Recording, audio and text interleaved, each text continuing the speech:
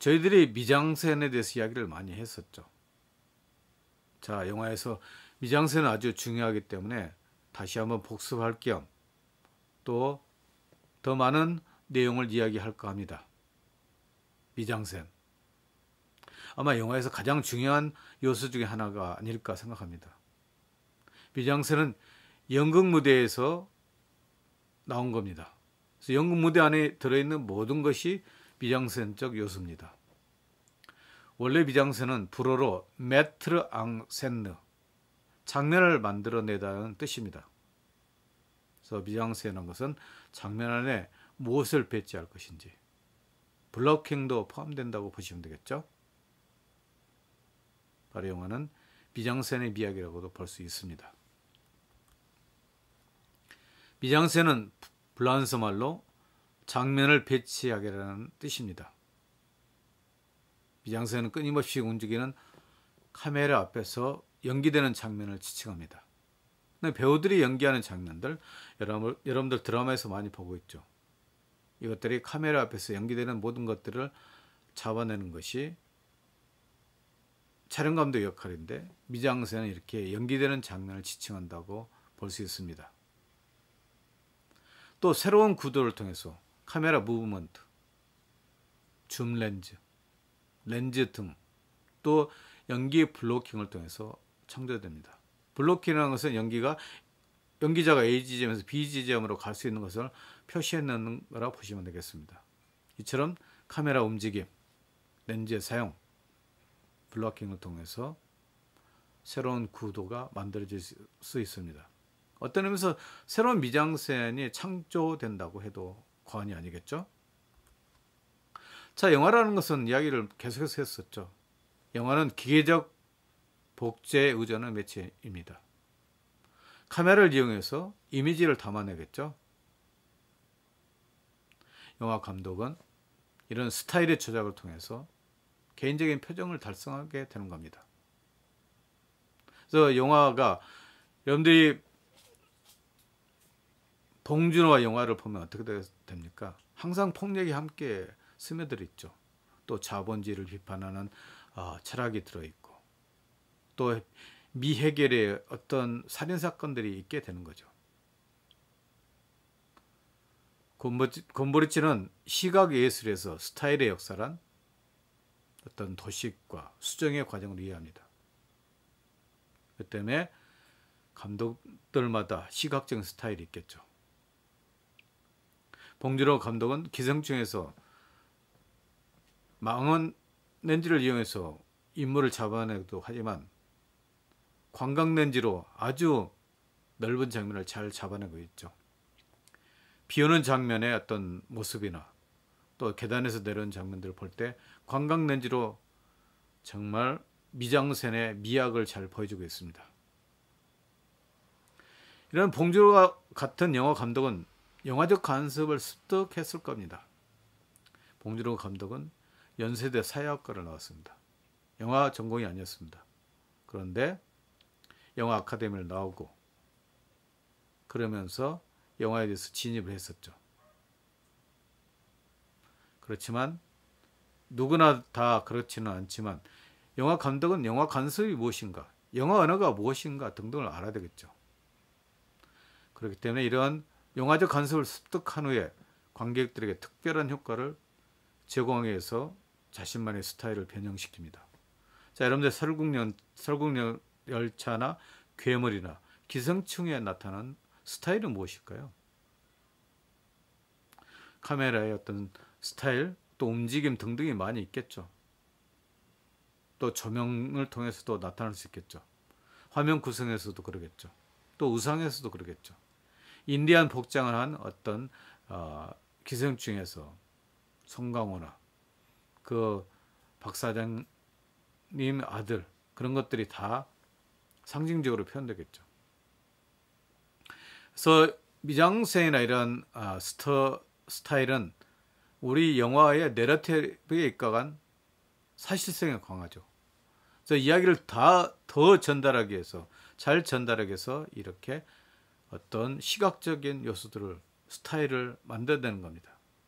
그리고 이런 연속성의 유지를 위해서 관습화된 영화적 스타일을 사용하게 됩니다. 영화에는 스타일이 있다는 것입니다. 미장센도 마찬가지겠죠. 영화 감독마다 나름대로 스타일이 있겠죠. 자, 그럼 미장센은 또 다시 한번 말씀드려볼까요? 미장센은 장면화라는 뜻입니다. 장면을 만들어내는 것이죠. 그래서 영화 공간, 시간에 대한 미장센이 있습니다. 영화 공간은 프레임 안에 만들어내는 거죠. 그래서 프레임과 미장센은 밀접한 관계가 있다는 것을 다시 한번 여러분에게 이야기 나누고 싶습니다. 영화는 부분을 잘라서 보여주는 방식을 택합니다. 지금 제가 찍고 있는 것도 그렇죠. 전체 얼굴을 찍는 것이 아니고 뭐 바스트 부분 찍고 위에 공간을 주고, 그리고 나중에 제가 뭐 크롭을 해서 자를 걸 생각해서 이렇게 위를 공간을 좀 더 주기도 합니다. 이 모든 것은 부분을 잘라서 보여주는 영화적 방식이라고도 볼 수가 있죠. 우리가 마스터 쇼트 합니다. 마스터 쇼트는 영화에서 아주 중요한 것 중에 하나죠. 쉽게 말해서 아주 넓은 공간에 있는 상황과 인물을 보여주는 것이죠. 넓은 공간, 주인공이 어디에 있고 어떤 상황에 있는가를 보여주기 위해서는 마스터 샷가 필요하다는 겁니다. 그리고 바스트 샷은 이 정도를 바스트 샷이라고 볼 수가 있죠. 클로즈업은 좀 더 큰 거라고 볼 수가 있죠. 영화는 선택의 작업입니다. 그래서 프레이밍을 통해서 부분을 잘라내고 감독이 보여주고 싶은 것만 보여주겠죠. 그런 것들이 어쨌든 미장센, 장면화를 만들어내는 것이라고 보시면 되겠습니다. 자, 이제 영화 나름대로 비주얼 컨셉이 있습니다. 이 영화는 아주 어둡게 갈 건지, 아니면 밝게 갈 건지, 아니면 중간 톤으로 갈 건지, 그런 비주얼 컨셉이 주어집니다. 비주얼 컨셉의 세 대표적인 화가에 대해서 한번 알아볼까요? 에드워드 호퍼는 아마 하이키, 아주 밝은 빛의 창조를 합니다. 그래서 빛과 어둠이 극심한 대조를 이루게 되겠죠. 대낮인데도 아주 밝은 것과 그림진 부분이 잘 드러나고 있습니다. 그래서 에드워드 호퍼는 하이키라는 겁니다. 꼭 여러분들이 에드워드 호퍼에 대해서 한번 찾아보십시오. 그리고 베르메르라는 화가가 있죠. 진주기구라는 소녀, 그 영화까지 나왔죠. 베르메르는 창문을 통해서 은은하게 들어오는 빛을 이렇게 화면에 담아냅니다. 그걸 바로 미드톤이라고 합니다. 그래서 베르메르 조명은 미드톤 조명이라고 보시면 되겠죠. 중간 조명이라고 보시면 되겠습니다. 근데 렘브란트 화가는 아시죠?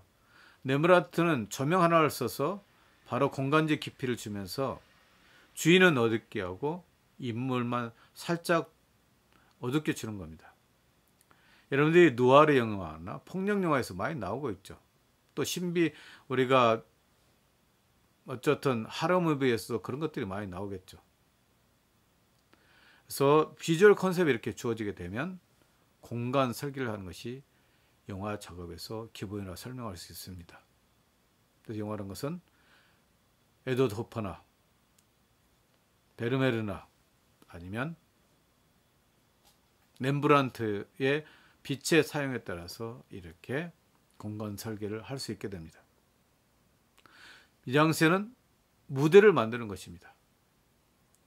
소품들, 배우의 동선, 연기, 색채의 사용 등이 장면의 요소들입니다. 장면화는 사건을 무대화한 것으로 연극 연출에서 사용되다가 영화 연출에서 사용되었습니다. 감독이 영화 화면에 나타나는 것을 통제한다는 의미로 세팅, 조명, 의상, 그리고 극중인물의 행위, 장면을 통제함으로써 카메라 전방의 사건을 무대화합니다. 영화는 회화, 사진에 이어져 온 시각예술 후예이고 이미지가 의미를 전달하는 매체입니다. 결국 프레임이 상당히 중요하다는 이야기를 다시 하고 있죠. 영화는 규격화된 프레임에 담겨 있으며 프레임 내부에 배치된 형태와 색채가 이미지를 구성합니다. 망막에 비친 이미지 그대로를 재현하려는 것이 시각예술의 목적인데 영화 공간은 프레임 안에 담겨져 있고 프레임 안에 제한됩니다. 그래서 영화의 공간이 어쨌든 장면화에서 상당히 중요한 역할을 담당하고 있다고 생각하시면 됩니다. 영화 프레임은 우리 눈이 외부 세계를 이미지로 지각하는 것과는 다른 방법으로 세상 일부를 잘라내는 것입니다. 우리 눈은 전체를 다 보죠. 그렇지만 카메라는 부분을 잘라서 우리에게 보여주는 것입니다. 그래서 세상 일부를 잘라내는 것이라고 보시면 되겠죠. 프레이밍을 통해서 나중에 몽타주도 나오고 그렇게 되는 거죠. 그것은 또 나중에 이야기를 하겠습니다. 루돌프 아른하임은 영화 프레임은 공간적이고 시간적인 연속체로서의 세계에서 이미지를 자유롭게 컷한 것입니다. 프레임을 통해서 시공간을 넘어설 수 있다는 겁니다. 영화 제작은 이렇게 프레이밍으로부터 시작된다고 아시면 되겠습니다. 우리는 영화 프레임을 통해서 공간과 시간을 똑 떼어내죠. 그리고 나중에 이것을 찍어내서 편집하면서 그것을 붙여내면서 스토리텔링의 수단으로 만들어내고 있죠. 자, 프레임의 의미와 역할에 대해서 한번 다시 볼까요? 감독은 평평한 직사각형의 평면 위에 형상, 색조, 선 그리고 질감을 일정한 형식을 통해 배치함으로써 자신이 이야기하고자 하는 것을 관객에게 전달하는 것입니다. 그 형식을 결정하는 것은 극적 맥락입니다. 그리고 그에 따라서 구도가 결정되는 겁니다. 영화에서 극적으로 어떤 맥락을 가지고 있느냐 그런 걸 따지는 것이라고 보시면 되겠죠. 자신이 전달하고자 하는 이야기의 성격에 따라 감독은 시각적 표현에 중점을 둘 수도 있고 인물 간의 대화를 중심에 둘 수도 있고 편집과 연출에 많은 부분을 할애할 수 있습니다. 그래서 감독은 미장센을 통해서 자신의 이야기를 잘 전달하고 싶어 하겠죠. 프레이밍이나 공간 구성 그런 등등은 이렇게 이야기 전개 저번 차시에 이야기했듯이 영화다운 소설의 수단입니다. 자, 프레임의 의미와 역할에 대해서 계속해서 알아볼까요? 모든 이야기는 사각의 공간 아닌 프레임 안에서 이루어집니다. 그래서 우리가 프레임 안에 모든 것이 다 담겨져 있겠죠. 프레임 외부의 공간은 심리적으로 영화의 공간이 될 수 있는 겁니다. 그래서 외화면이라고도 할 수가 있죠. 예를 들면 우리가 여기 머리를 자를 수도 있겠죠. 클로저, 빅클로저 하면 우리가 이 머리는 잘랐지만 그 외부 공간에 머리가 있다는 걸 상상할 수 있겠죠. 이런 것들 외화면이라고도 볼 수 있습니다. 그래서 프레임은 화면에 들어갈 소재와 배제되어야 할 소재를 취사 선택하고 그 소재들 간의 질서를 부여하고 통일시켜 관객들에게 의미를 전달하는 공간입니다.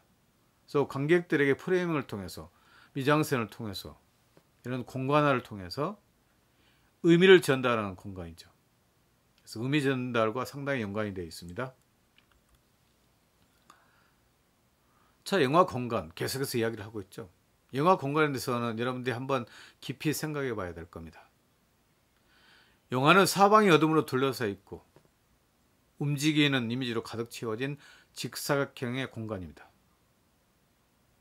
영화 공간의 첫 번째 요소는 프레임으로 사방이 어둠에 이렇게 접했으면서 직사각형이라고 방금 말씀드렸죠.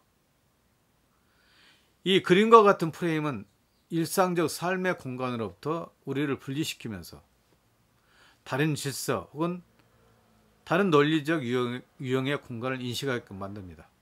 그래서 영화적 공간과 일상의 공간은 다르겠죠. 영화적 공간에 이렇게 다 커팅되는 거라고 보시면 되겠죠. 모든 활동사진의 공간은 제한된 공간으로 제한된 시야를 통해 선택되고 조작되며 영사됩니다. 결국은 선택이 상당히 중요한 거죠. 공간화나 미장센에서는 감독의 선출이 관객의 시선을 이끄는 데 상당히 중요한 역할을 담당하고 있습니다. 자, 그럼 영화 공간의 요소들을 한번 바라볼까요? 프레이밍은 만족스럽고 통일성을 갖도록 하기 위해서 모든 시각적 요소들을 프레임 안에 적절하게 배치하는 겁니다. 그래서 이 프레임 안에 모든 것이 적절하게 적재적소에 배치되는 것이 바로 프레이밍입니다. 이것은 시각 정보를 잘 드러내면서도 관객이 공감할 수 있는 배열을 하는 것으로 이미지에 쾌감을 주는 배치가 목적입니다. 그리고 이미지가 잘 배치되면서 쾌감을 줄 수 있다는 겁니다. 영화의 프레임은 연출된 배우의 연기를 중심으로 만들어집니다. 특히 연기가 상당히 중요하죠. 프레임 안에서 가장 중요한 것은 영화 연기라고 보시면 되겠죠. 그래서 배우의 연기가 가장 중요한 것 중에 하나라고 보시면 됩니다. 자, 프레이밍은 이미지를 자르는 단순한 작업을 넘어서서 그 속에 담기는 이미지의 성격을 결정하는 과정입니다. 이미지가 어떤 성격을 가지고 있느냐, 그것은 프레임을 통해서 가능합니다. 렌즈 선택과 이에 따른 화면의 깊이, 피사체들의 배열을 통한 의미 형성, 조명을 통한 의미의 확장 등을 통해 이미지를 형성해 가는 과정이 프레이밍입니다. 그래서 프레이밍은 그 프레임 안에 뭔가를 집어넣는다 생각하시면 되겠죠. ing죠. FRAM이 프레이밍 ing가 붙어 있죠. 단지 육안의 부품인 카메라는 기본적으로 프레임을 선택하고 어떤 것을 배제하는 것을 제공합니다. 예술가는 관객과 공유하지 않은 것을 프레임 안에 수집합니다. 자신이 생각하기에 가치 없다고 여겨지는 것은 프레임 외부에 위치시킨다고 조셉 폰 스턴버그는 이야기하고 있습니다. 이처럼 공간 구성의 등장인물과 환경 내지는 등장인물의 상호 관계에 대한 중요한 정보를 우리에게 전달합니다. 그래서 공간 구성이 중요하겠죠. 미장센이 또 중요하겠죠. 자, 구성은 한번 볼까요? 미학적이고 주제적인 효과를 표현하기 위해서 좁은 공간을 사용할 수 있습니다. 이렇게 밖에 나가기 싫어하는 사람은 계속 집에서만 머무는 사람, 히치코모리라고 하나요? 그런 사람들은 좁은 공간에 어쨌든 아주 답답하게 그런 공간을 사용할 수 있겠죠. 주제를 잘 나타내기 위해서 공간 구성이 이루어진다는 것을 보여줄 수 있습니다. 또 프레임 내 연기자 위치도 구성의 일부분입니다. 연기자가 어디에 위치하냐에 따라서 구성의 일부분이 될 수 있다는 겁니다. 우선 프레임 내에서 대상의 배열은 인물과 장소와의 관계에서 보여집니다. 구성은 상당히 중요한 거죠. 존 포드의 역마차라는 서부 영화가 있습니다. 존 포드의 역마차에서 인간은 거대한 세팅에 비해 난쟁이처럼 작아 보입니다. 그래서 거대한 세팅에서 인간은 아주 작게 보이는 것이죠. 그들은 황야를 침범하는 것처럼 보입니다. 또 관객은 클로즈업을 통해 맥락에서 분리된 얼굴의 굴곡, 얼굴면과 각도를 관찰하는 가운데 영화 공간으로부터 이탈하게 됩니다. 자, 우리가 실제 삶에서 일상적으로 당연하게 여겨져 오던 것이 갑작스러운 낯설음으로 다가와서 등장인물의 강렬한 내적 삶에 순응하도록 만드는 것이 공간 구성의 특징이라고 볼 수가 있죠. 일상적으로 다가오는 공간과는 다르죠. 영화적 공간은 이렇게 등장인물의 강렬한 내적 심리적인 내면을 표현할 수 있다고 보시면 되겠죠. 붉은 사막, 안토니오니 작품에서 남자와 여자는 서로에게 그리고 과일 수레에서 분리되어 있습니다. 그런 장면을 우리가 같이 면대면 수업이라면 볼 수 있는데 못 봐서 죄송합니다. 이 셔트에서 주요 피사체가 프레임의 절반 위를 가로질러 배치되어 있기 때문에 분노와 이탈감을 느끼게 할 수 있습니다. 안토니오니는 바로 이렇게 인간의 실존의 고독을 잘 표현하고 있습니다. 안토니오니도 마찬가지입니다. 아주 큰 공장에서 아주 인간이 왜소하게 나옵니다. 그걸 통해서 산업사회에서 인간의 어떤 고충, 고뇌를 표현하고 있습니다. 자, 외화면 공간이라는 게 있습니다. 외화면 공간이 무엇인지 한번 알아볼까요? 아까 지난번에도 이야기 잠깐 했었습니다. 이게 자르는 게 외화면 공간을 보시면 되겠죠. 영화는 등장인물의 전체를 다 보일 수 있지만 롱쇼트나 풀쇼트라고도 볼 수가 있죠. 또 연기자의 신체 일부분, 머리나 혹은 발, 눈처럼 관객이 화면 공간을 큰 캔버스로 생각하면서 불완전한 이미지를 보여줄 수 있게 됩니다. 심리학적 효과를 통해서 바로 감정적으로 채워질 수 있는 부분, 이미 그런 것이 있다고 가정을 할 수 있게 됩니다. 그래서 프레임 내에서 불완전한 이미지는 관객으로 하여금 이미지를 프레임 외부의 외화면 공간으로 지속 확장되게 심리적으로 느끼게 합니다.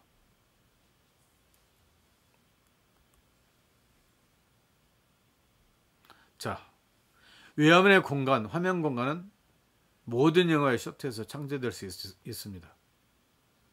프레임 내에 어떤 인물이 다리가 보인다면 그것은 그 신체가 프레임 외부까지 지속한다고 가정을 하겠죠. 예를 들면 제가 이렇게 보면 어떻게 됩니까?